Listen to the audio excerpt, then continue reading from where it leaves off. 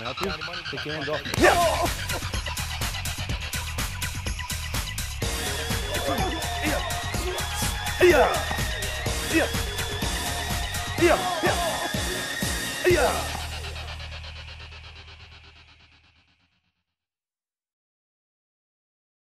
Hello, my name is Scott Rogers. Today we're going to focus on Kyusho Jitsu as it applies to grappling. We're going to do some takedowns starting from the stand-up position, and then going to work on getting out of positions such as the mount and the guard. The purpose of this tape is not to teach you how to grapple, it's to teach you how to apply pressure points to grappling techniques that you know already.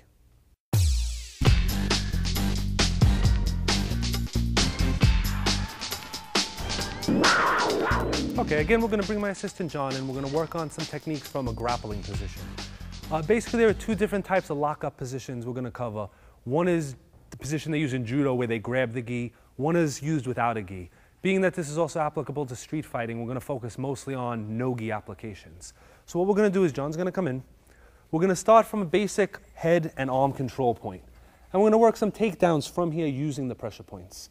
First one we're going to use is the triple warmer 17 point, which is the one behind the jaw. This point is going to turn his head, and in combination with this arm, which I'm automatically on the lung 5 point, it's going to allow me to bring him over and down to the ground. So let's say we're locked up, we're looking for a position, I'm going to let the fingers slide in, pull down on here, and roll him down into position. From here we could take a knee on belly position, or we could drop into one of the other stances. We could go right into an arm bar from here, or we could continue on that same point just to hold him in place. All right? From the same position, we're going to show you a variety of different points depending on your hand position and which ones you feel comfortable with. The next one we're going to use is the stomach 9 point. Stomach 9 point is going to be activated by squeezing with the thumb and pressing down. So always with this arm, we're always going to be pulling him to get that twisting reaction to start the throw. And we're going to be stepping a little bit to allow him to fall. It's what we do with this arm that's going to change. So from here, let's say he's pulling a lot of pressure on this arm and I'm not really behind his head. I'm going to let my thumb slip into this point here. Right? As it slips in, I'm going to squeeze in and down and put pressure here and bring him down to the same position, locking him down. Okay. What I'm going to do is let the hand slide down and we're going to slip the thumb into the stomach 9 point. So we're going to move this arm first just so you can see it. This is going to slide and my thumb is going to connect in here. As soon as my thumb presses, I'm going to squeeze either the neck or the shoulder in the neck, and I'm going to put the pressure like I'm squeezing a pair of pliers and just squeeze it in and down. Now as I do that, that arm is going to be on me, and I'm going to squeeze, this is going to pull, and we're going to bring him right down to the ground. Okay, we're going to lock up again.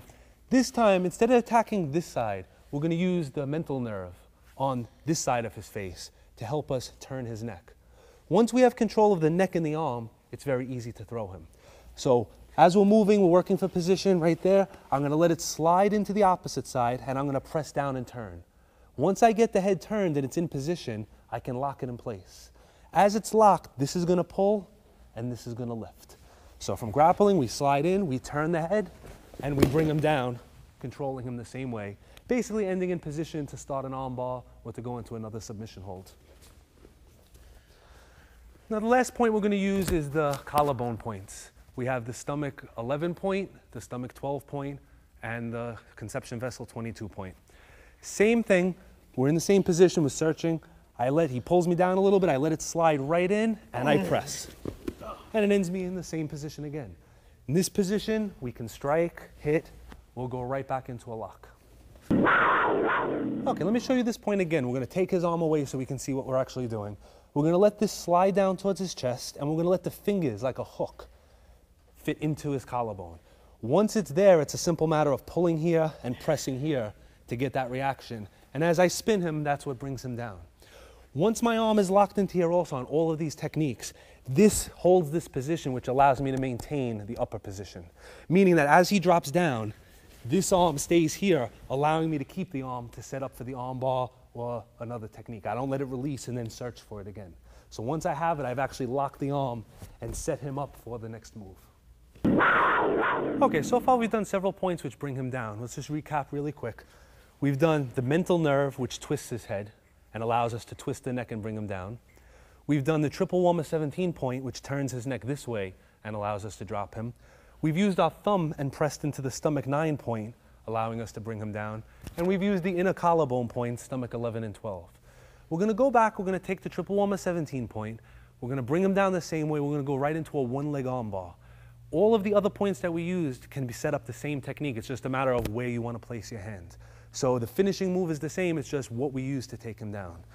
So starting from the same position, we're going to come behind the jaw, bring him down, we have him locked, we step over, and we have the armbar, making him tap. Now, something else we might want to add here. If you get him in this position and he's struggling, we want to control his head so that he can't roll back. So we're going to use either the jaw point to press down or the triple warmer point to hold him here. So basically, if he wants to turn back towards me, he can't. And I keep my fingers here as I step over. And then we drop back and apply the technique. And if this was a real fight, my heel could be digging in to his jaw or his neck points, if this was a self-defense situation. All right, once we maintain grappling position, both arms are in position to strike him. So rather than bringing him to the ground with a throw, we're actually going to do a knockout technique involving the area around the temple, which are some points that we haven't really covered. We're going to slap. We have the temple, the corner of the eye, and the bridge of the eyebrow, which forms a nice big circle that's just going to get slapped. And on the other side, we're going to use the ridge hand to strike gallbladder 20. From grappling position, as we're searching for a move, this hand is free to strike here. This hand is free to strike here. So what we're going to do is we're going to lock up, we're going to bring him down, and we're going to show the basic knockout, and he's going to drop. Okay?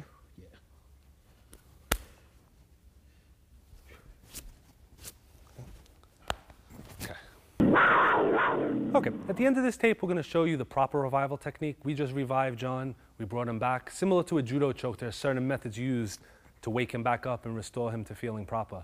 So at the end of the tape, make sure you watch that. If you try any of these techniques, make sure you know how to do it properly. We're going to cover now the second way that a grappling situation starts, and that's using a shooting position or somebody rushing in for the clinch. First one, we're going to do the difficult one, somebody shooting for your legs. Now, let's say he's coming in, and I'm throwing a punch and he shoots in. If he's shooting in, he probably figures that my weight's going forward if he's timed it properly. So I'm not going to be able to just step backwards. If I was able to step backwards, he's shooting at the wrong time. So what we're going to do is as we come in and we see him drop, we're going to slap special points on his back. I'm going to stand them up to show it. Between his spine and his shoulder, right in this region, we have 3 points here, 3 points here. You're going to feel a hollow pocket on each side. And what we're going to try to do is slap them, which is going to drop him flat on his face. Now, one of two things can happen. If he comes in and I hit him before he makes contact with me, he will just fall and I could stand up and kick him and do what I want. If he makes contact with me, I may slap him, we'll both go down, but he won't be in a position to gain the mount or any other position, and I can scoot backwards or try to go for a position myself. So either way, when we go to the ground, I'm going to be in a position of advantage momentarily. If I do it quick enough, I should be able to not go to the ground at all. So again, he's going to come in, maybe I threw a punch, and I'm just going to slap in a downward motion. As you do this, it's not just a smack. You have to project like you're going to the floor. So it's a slap and a push. And as you hit it, you're going to notice his legs start to quiver, and he's going to drop. So we're going to try it at kind of regular speed. We're here, we throw a punch, he comes in, and he just drops. Now, if he would have caught my legs, the situation would have been different. He would have dropped, we would have fallen together, but I would have been able to recover because he would have still been trying to catch his balance and his awareness. So we're going to do it slow one more time. He comes in, both hands slapping down in a slapping motion. Slap and push. And if you can get your legs out of the way, great. If not, your first priority is to move back and create distance. All right, now we're going to counter the upper body clinches. As he comes forward, what we're going to look to do is try to stop him from what he wants to do, which is either lift me or hook my leg and trap me. Meaning that maybe we're looking for a position, he comes in and grabs. Now, he has one of two options here. He could try to actually lift me up and throw me, which is not too good. Or he could be looking to hook my leg, let's say bringing it around, and take me down and try to mount me. As soon as I feel the arms around my back, I need to stop his forward motion by pressing behind his jaw. So we're going to use the triple warmer 17 point, and we're going to press. Now what this just did was create distance for me. As soon as I have this position, I'm going to slide this arm in, step back, and I'm going to bring him down and over. And then we're going to go for either a cross-side position or maybe even a mount position, depending on how he falls and in what direction. So we're going to show that one more time. Maybe we're moving around, maybe we're throwing punches. He comes in, he tries for the clinch. We come behind the jaw with the fingers. We turn his head in a direction back to front, and then we push away, which gives us our distance. From here, if we want, we could even hit with this hand or hold it with this hand, slide this under, and lock. We step back, drop down, and we come right into our cross-side position, or one of our other positions, depending on what we want to do next. Okay? The second variation of the same technique, he comes in for the clinch the same way, is as we turn his head this way, instead of just using the arm, we're going to actually trap the head and lift as we throw him over, allowing us to come more to a top and bottom position this way. So it just throws him in a different direction. So we're going to show that one more time slowly. He came in for the technique. He grabbed, we turned, we placed our hand on his head, we rolled. This is going to lift, this presses down, and we're going to turn him like a wheel and bring him over. And again, we could come back to this position, which is one of the most common, or we could slide into one of the different ones that we'll show later. The next technique we're going to use is going to involve using the forearms to stop his forward motion. Where we're going to stop them is going to be on the gallbladder 21 points up here, right? So we're going to strike down. But the way we're going to do that is as he comes forward to tackle or shoot, the forearms are actually going to strike. Now we can't do this quickly now because I don't want to injure him, so we're just going to go through the motion. But basically we're in our position, he comes in, we stop him. Right from here, to prevent him from getting our legs, we're going to either grab our own hand or cross them and drop down to our knees. From this position now, we're going to reach under and we're going to twist using the mental nerve with finger pressure and bring him over onto his back, bringing him into a cross side or into a side control position. All right, so let's show that one more time. So he comes forward, we stop him, we drop. We reach under with one hand and we twist. And we move either into here or we move right into the mount position. Okay. Second variation of the same technique. If he comes in, we stop him, we drop down. We're going to use the triple warmer 17 points to put him flat on his back. Where does a grappler want to be? The back mount. We slide in and we press. He goes down flat, we take the back, we go for our choke, or we go for our striking position. So we're going to show that one more time. So this time he comes nice and quick, he comes in, we stop him, we bring him down, we press. And of course we could be slamming his face into the ground if the rules permit it. From here, we take the back immediately. And again, you're set up for your choke follow-up, or you're set up basically for your palm strikes or hitting techniques.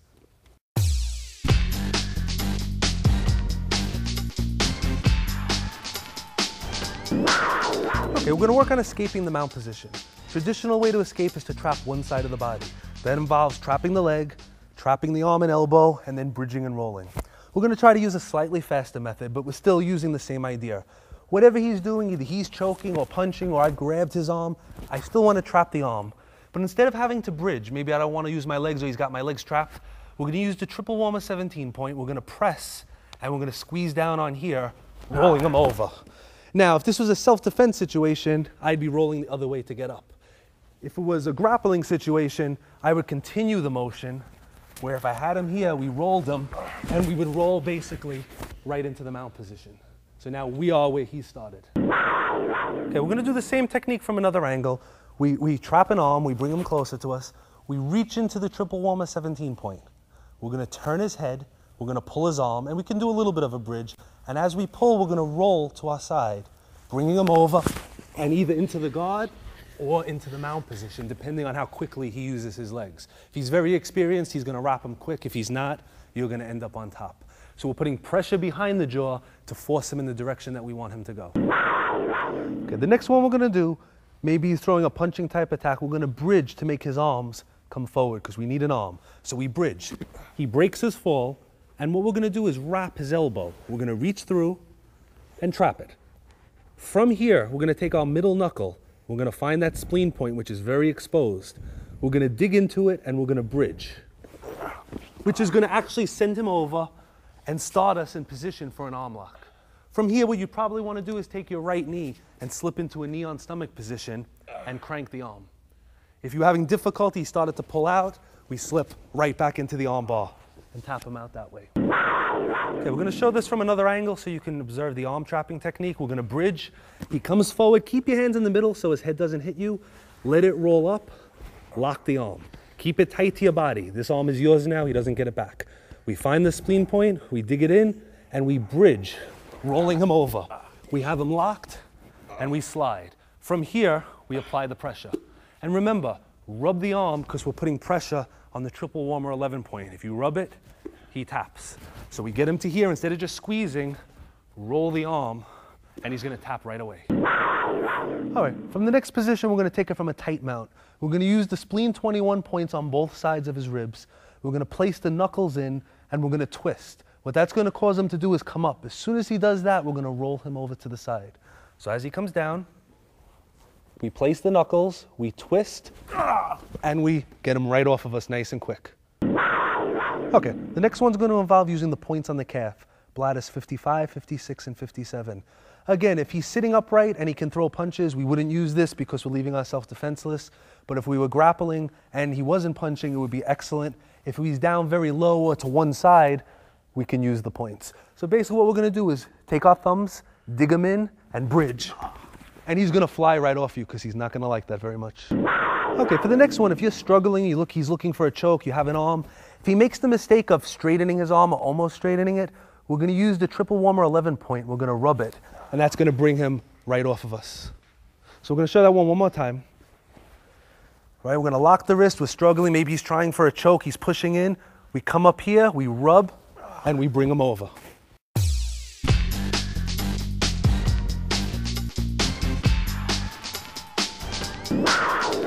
Okay, the next thing we're gonna do is when you have the mount, some things you can do to make some submissions and other techniques easier.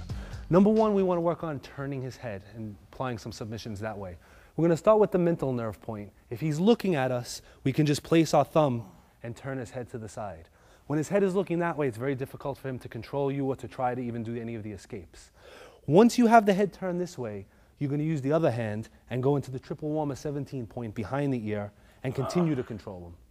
From here, you can move on to striking applications or going into holds and locks of your own. Another variation of this technique is to use the small intestine 18 point in the cheekbone. If for some reason you couldn't get his jaw to turn, we can just take the fingers and press straight in and up. And then we can use that possibly to grasp an arm, go for an arm lock, go for a key lock. Or again, if we're doing punching, once we turn him or press him, we could follow with our striking techniques. Okay, we're gonna show a real quick, easy submission from the mount using only pressure points. We're gonna use our ulnar bone or the bottom wrist bone to turn the mental nerve and twist his head. Then we're gonna take the same bone, twisting the other way, and twist up into the small intestine 18 point. So let's say I'm down lower and I'm looking for something, looking for a technique, maybe he's holding my back, whatever he's doing. I'm gonna press down and turn his head. Now that I press down, I'm gonna rotate the wrist and turn up. And he's either gonna tap or he's gonna look to start to roll over like he was. If he starts to roll over and I get him here, I'm gonna lift the leg and allow him to roll into the side position. And then I can continue with the arm bar or other pressure points and controlling techniques. Okay, I'm gonna show the same one from a different angle. Again, we're using the ulnar bone to rub down and turn his head. Once his head is turned, we're gonna come up and apply forward and upward pressure to get him to tap or submit. Or if we lift our leg, we can actually help him to roll over and move to another position. So from here, we're down a little bit lower. We're gonna rub down, and we've turned his head and broken his bear hug. Now we're gonna rub up, and we get him to start to roll. If I wanna complete the roll, I lift the leg, and I slide the knee in, and it locks me into this position here. Okay, one excellent spot to get him into for pressure point work and even striking work is to get him on his side. One way we're gonna do that is we're gonna either do what we did before using the pressure points, or we're gonna try for a choke. As we go to choke him, he's gonna defend. Once he defends, he lifts the elbow. Using leverage, we're gonna lift, pull our heel in, slide our knee to the side. Now we're just gonna roll him a little bit this way. Okay. From this position, using pressure points, we can use our heel to dig into the rib points. So if we were allowed to strike and kick, this would be an excellent point to go for. From here, we can set up the arm bar. Instead of just pressing his head down, we can use the triple warmer point. And basically that just rolled him nicely on the side and gave me his arm. What we're gonna do now is go for the arm bar, and he's gonna resist it. As he resists it, we're gonna use 2 points in the corner of the chest, called lung 1 and 2, in the crease of the shoulder and the chest. Dig our heel in it and force him to release the hold. So as we're here, we press down, we step over, we get him into position, and I can't get him free. So rather than struggling, I'm gonna take my left heel, dig it into the point, and he's gonna let go instantly, allowing me to complete the arm bar.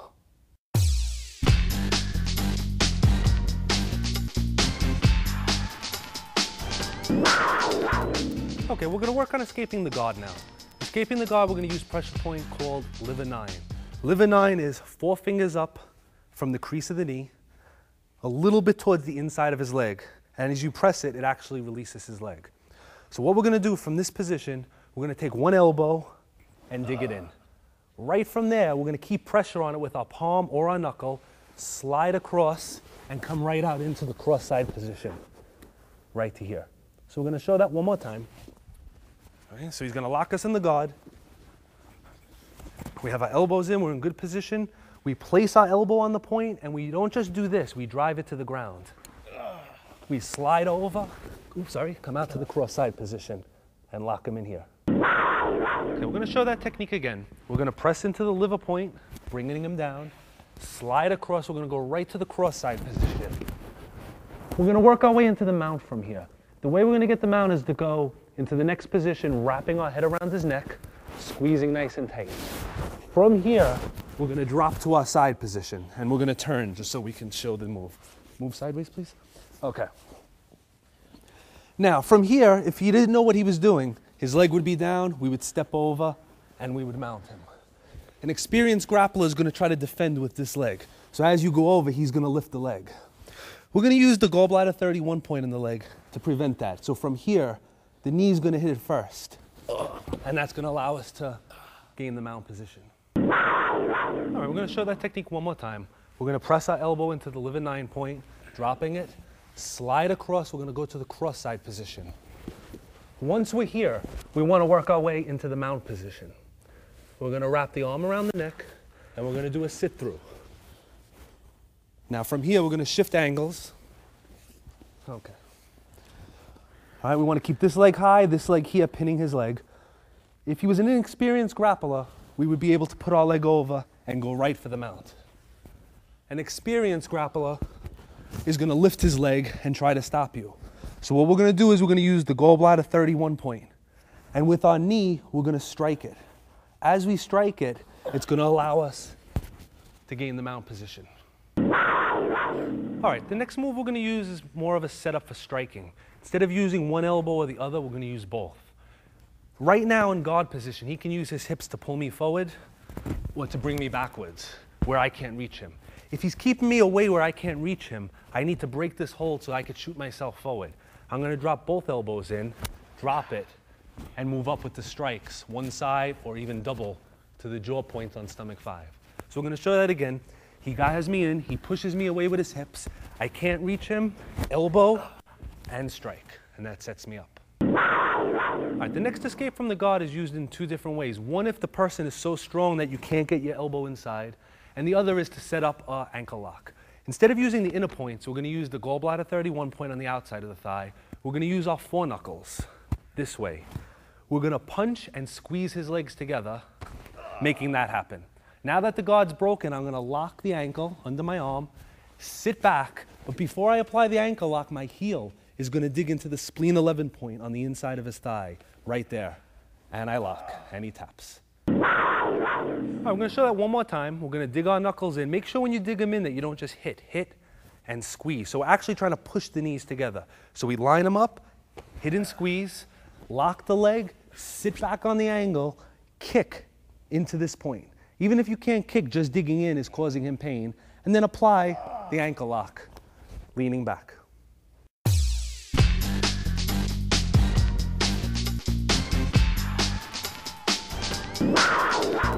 Okay, so we escaped the guard, we ended up in the cross side. Now, we want to go to the mount position, but before we get there, we have some moves that we can apply that are pretty painful. From the cross side position, if his arm is around our neck and he's kind of holding us down, the first thing we want to do is use our elbow and dig in behind the ear. Now, in a real fight, we can strike it. In a grappling technique, you could kind of just press it, and that'll release his grip. From here now, we're going to take our right knee and go across his belt line. Our right hand, our right forearm, is going to be on the triple warmer 11 point. And we're going to sit up straight. And from here, remember that this is a rub point. It needs to be rubbed up and down. From here, we're going to rub until he taps, just like that. So we're going to show it again. He's in position. He's holding us tight. We dig our elbow into the triple warmer 17 point. We make him release a little bit. We get our knee on his ribs. We embrace the triple warmer 11 point, we sit, and we rub. The next one we're going to do from the cross side is a straight arm bar, again using the triple warmer 11 point and the rubbing motion. Let's say we were struggling and he was trying to punch us and we push the arm down. We're going to slide our arm under, keeping in mind that we want our radial bone to be under the triple warmer 11. We grasp the wrist, we slide the radial bone underneath the triple warmer. Once we have him here, we're applying some pressure, he's feeling it. But as I do this with my hand, you're going to notice the reaction as his body tightens, and if he can use his other arm, he would be tapping right now. So from here, we're going to rub and lock the arm out. So we're affecting an arm bar basically just by using this motion. What we're going to do is we're going to stand them up real quick. We're going to show that point one more time from another angle. All we're doing is taking this motion here and we're rubbing it, but we're doing it from this position from the ground and locking his arm out. So we have him down and we're twisting, just like that.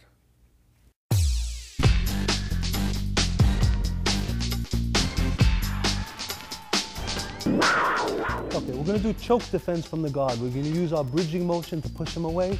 We're going to use the triple warmer rubbing point to roll him to the side, and then we're going to do a kneeling arm lock. So as he chokes, he's leaning in, we're going to arch, straightening his arm. We're going to rub the triple warmer 11 point, rolling him. We're going to open our guard. We let the heel come around the front, and we can either just squeeze here and make him tap, or we could roll into a kneeling position and crank the arm this way. Okay, this time we're going to do a punching defense. When he was choking, he was close to us. We needed to push him away, so we bridged. Now he's going to punch, and we're going to pull him into us. We're going to lock his arm tight, and we're going to use the triple warmer point to turn his head. We're going to slide out, same technique, lock, and crank onto the elbow this way. Okay, we're going to show this one more time from a different angle. He punches, we pull him in and deflect, we lock the arm tight. We open our guard. We put the left foot on the floor, we roll out to the side to give us room. We still keep him hooked. We press the triple warmer 17 point to turn his head and give us room to insert our left leg. We pull on his arm, we push on our leg, and we have the arm bar.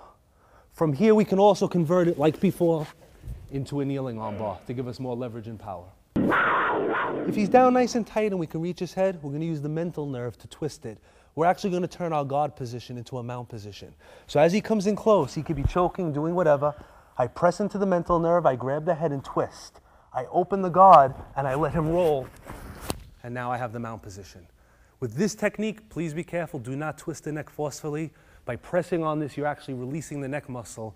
Too much twisting, injuring the spine. So we do it slowly, we give him a chance to roll. Okay, we're going to just show some of the points that can be struck in a guard situation. One of the points, as always, is the point on the side of the leg. We could always open up and let the heels dig in this way.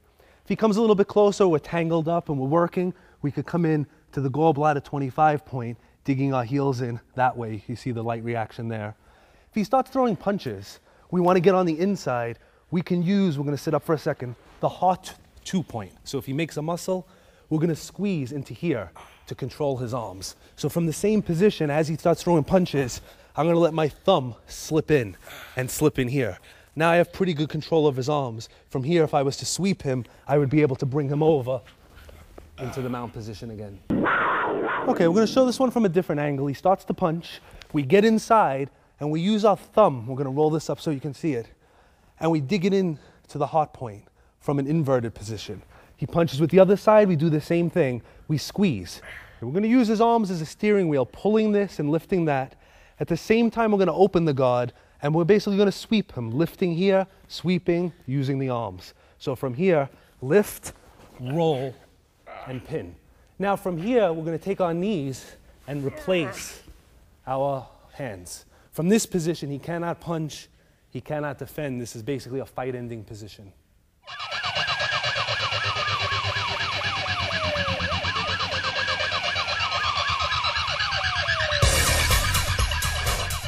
Demonstrating one of our instant knockout shots. Where we're going to be targeting is the stomach 9 point in the side of the neck. And what we're going to be using is our forearm.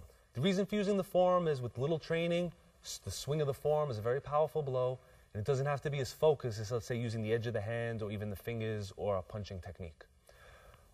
With this motion, This could come after blocking a punch. This could come off of a grabbing. For his safety, we're just going to demonstrate it off him grabbing. This way, we minimize the motion and nobody gets injured. So we're going to have John grab nice and tight. We're going to focus on this point. We're going to use the forearm. And we're going to bring him right down. All right, once we maintain grappling position, both arms are in position to strike him. So rather than bringing him to the ground with a throw, we're actually going to do a knockout technique involving the area around the temple, which are some points that we haven't really covered. We're going to slap. We have the temple, the corner of the eye, and the bridge of the eyebrow, which forms a nice big circle that's just going to get slapped. And on the other side, we're going to use the ridge hand to strike gallbladder 20. From grappling position, as we're searching for a move, this hand is free to strike here. This hand is free to strike here. So what we're going to do is we're going to lock up, we're going to bring him down, and we're going to show the basic knockout, and he's going to drop. Okay, the last point on the shoulder region is exactly at the apex of the trapezius muscle. So basically we divide his neck and his shoulder in half this way, and we divide it in half this way. And this is where we're going. And we could actually press it and get some effect. Because this is a big muscle, the muscle actually protects it and the point lies underneath it. So generally we want to strike it inward this way or using our forearm. If he was coming forward like to shoot to do the takedown, we would actually use our forearms on this point to stop him. Because of the angle, we may not knock him out, but what we'll do is stop his motion, which will allow us to set up something else. What we're going to do is just show this point the effect of it. We're going to have him throw a punch, we're going to block it, and we're just going to put some downward pressure. And the thing to watch for is his legs. Watch where his legs go. So as he comes in, we come down, and we drop him down. Okay, as previously explained, the more pressure points you hit, the more damage that you do. So if he were to grab me in a real situation, I would be using one of the arm points, one of the body points, or one of the leg points before I came to the jaw point. What that would do is it would make it actually weaker. But what I want to actually just show you is how, with no setup at all, this one point becomes very sensitive. So as he grabs, we're just going to come from this position. I'm going to go slow so that I don't injure him. We're going to come up in the up and out direction. I'm going to have him bite down real tight so he doesn't hurt his teeth. All right, so I'm going to look straight. He's grabbing. We're not going to use a setup. We're going to come in, and it's going to bring him down. We sit him up. We have a special revival that we use to wake him back up a little. All right.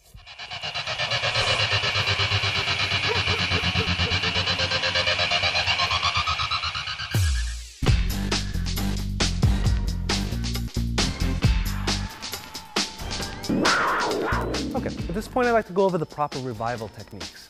The purpose of the revival techniques is to wake your partner up if you do a knockout, but most importantly it's to make sure that he doesn't have any adverse effects. What can generally happen if you knock somebody out, they will wake up on their own, they won't just stay asleep forever, but when they wake up they're going to have headaches, their stomach's going to hurt, they're just going to feel almost like they have a hangover. With the proper revival, you're restoring energy, basically that you took away with the strike, and you eliminate that effect. The first type of revival is what we call arm revival. Basically, any of the arm points that we strike. When you strike it, what we're going to do is we're going to actually stop energy to that point. So we hit it, the arm goes to sleep. Now, he's feeling a pulsing right now. That hurts. The way we wake it up is we hit the exact same point with an open palm with approximately half the power with a slap. And then we massage the area. And we repeat that. Slap and massage it. And after you do that, he should have full use of his hand again. So the arm revival is basically simple. Whatever you hit it again. But you hit it with half the force, and instead of hitting it with a focused area, we hit it with a flat palm, and we just massage the area. Flat palm, massage the area. And that'll bring your partner's arm back. This way, when you're training, you hit those points, you can practice it more than once. As far as the head, the neck, the body, we do a technique like we did. We strike, he falls down. All right, he'll tend to just be laying down, basically. The first thing we want to do is we want to sit him up. So we grab him by the head. Okay, now if he's really out, he won't fold his own legs, so you're going to fold his legs. We want to keep our knee in the base of his spine. We want to keep our hand on his head. Now if we struck him on this side, we want to revive on this side. If we struck him on this side, we revive on this side. Where we're going to be reviving is right next to the spinal cord. There's something called the bladder meridian. I'm going to show it on myself actually. Not over here, a little bit over, right in this line. This is called the wake-up nerve. Similar to the arm points, we're going to slap it and massage. Slap it and massage. At this point, he should be awake. He may still feel groggy, so what we're going to do is we're going to take our thumb and forefinger, We're going to place it at the base of his back with the spine running in the center, and we're going to run our hand up his spine a couple of times. In Chinese medicine, they say all energy in the body is stored in the kidney region. And when you do this, according to the theory, you're bringing the energy back up into the head. Medically, most likely, you're just stimulating the nerves that go into the neck and head area, and it's waking him up. But either way, the function is what matters, not what causes it. After you finish that, to restore more energy, we're going to start with the hands. Again, in acupuncture and Chinese medicine, each finger controls a different part of the body. So for example, the pinky finger is considered the heart. The ring finger is considered what they call the pericardium. The index finger is the large intestine. So what you're going to do is you're going to pinch, starting at the pinky finger, and pull. Pinch, pull. You should feel like a popping sensation. If anybody ever got a Chinese massage before, this is what they do. They massage the points. They pop the fingers. And what that does is it wakes up and stimulates all of the nerves. And that covers the revivals. Okay, I hope you enjoyed the grappling tape. What I want you to know is that we know there are a lot of other positions in grappling. We focus mainly on the guard and the mount, being that they're the most popular. No matter what position you're in, the points that we use are applicable in different situations. What you want to study is the way the point affects the movement. If one point causes him to move in one direction, even if you're in another position, if you need him to go that way, now you know what point to use to make the effect happen. So basically, learn where the points are. No matter what position you're in, your hands and feet will be in range of all of these points, or at least some of them at any given time.